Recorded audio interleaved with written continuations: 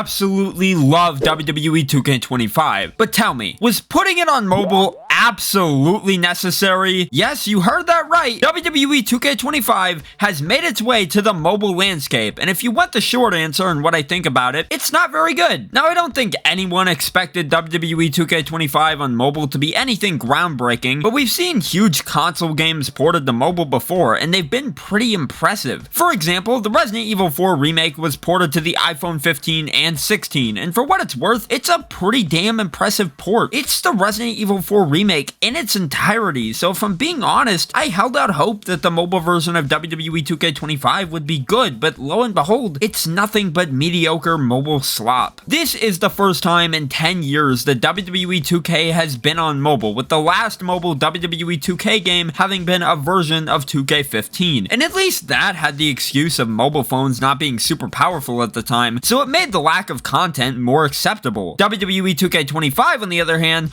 could have absolutely featured more content in its mobile port, but instead came out half-baked. At least you don't have to pay for the game though, as it is included with your Netflix subscription, meaning that if you're bored of all the content that Netflix has to offer, you can play WWE 2K25 on mobile instead. Well, without further ado, let's take a look at WWE 2K25 Netflix Edition, as it's called, and examine what exactly makes it so mediocre. Now, the big question is, how does the WWE 2K25 gameplay experience translate to mobile? Well, it's not terrible, actually. The touch controls feel as responsive as they possibly can, and honestly, the game plays pretty alright for what it's worth. However, I do have some complaints. First of all, the button to hit a finisher is labeled with a guillotine, which in my opinion doesn't make a whole lot of sense. Why not just label it with a big F or something? I feel like that would have been a better finisher indicator than a goddamn guillotine. And speaking of weirdly labeled buttons, the button to hit a signature is this weird star thing. Why? Again, why not just label it with a big S? I feel like it would have been far less confusing. Now, unfortunately, there's no way to connect a controller to use with the game, so due to the lack of controller support, you're pretty much forced to use the touch controls even if you don't want to. Now, other than the weird touch controls, the game plays exactly like 2K25 on console. You have your combos, your heavy strikes, and your light strikes. Every animation is the same, every move is the same. However, there are some weird little differences that I noticed. First of all, the arenas are filled with Netflix branding, letting you know that this game was in fact brought to you by Netflix. Second, the entrances are cut down severely, so instead of getting full entrances, you just get 2 or 3 scenes of your wrestler making their way to the ring. It's very underwhelming and just feels incredibly lazy, as modern smartphones are more than capable of handling full entrances. And third, there's no arena selection in Exhibition, so you're pretty much forced to play in whatever arena it gives you, which in my experience has just been SmackDown and Raw. There's also no title matches either, which is pretty weird, but whatever. Visually speaking, the game doesn't look terrible, especially for being a mobile conversion of 2K25. Now, of course, it's not perfect, but it's fine for what it is, and it looks pretty comparable to the PC version on low settings. As far as match types go, there's not a whole lot on offer. The only match types this version of 2K25 has is one-on-one with a no DQ variant, and tag team plus a no DQ variant of that. That's it. I get it's a mobile game, but when the RE4 remake in its entirety coexists on the App Store with this,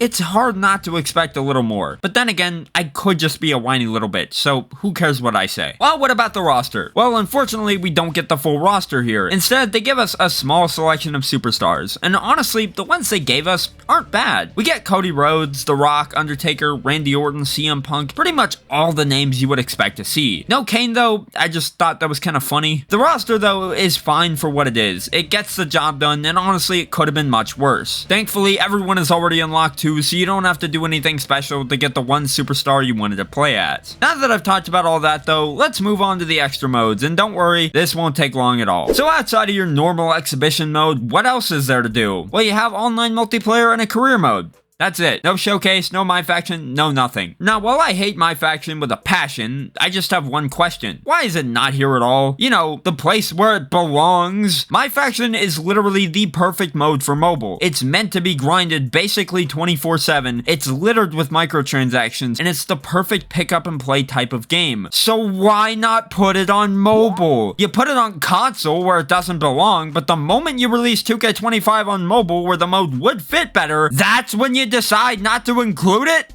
2K, I just don't get you at all. Showcase at least makes sense as to why it's not included, because dear god, I can't even imagine trying to play Showcase on mobile, but it would have made so much sense to put my faction on mobile. Well, other than that, there's the online multiplayer, which is already dead, very cool, and career mode. It's bad. So that was WWE 2K25 Netflix Edition. And I gotta say, while it's not as bad as I initially expected it to be, it's still not a good version. There is literally no reason to play this, especially when 2K25 on the Switch 2 exists. Plus, you can't play this without a Netflix subscription. And I bet some of you didn't even know Netflix offered games with your subscription. WWE 2K25 on Netflix doesn't need to exist, and there's no reason for you to play it whatsoever. Now, if you excuse me, I'm gonna go cancel my Netflix subscription because I never want to play this version of 2K25 again.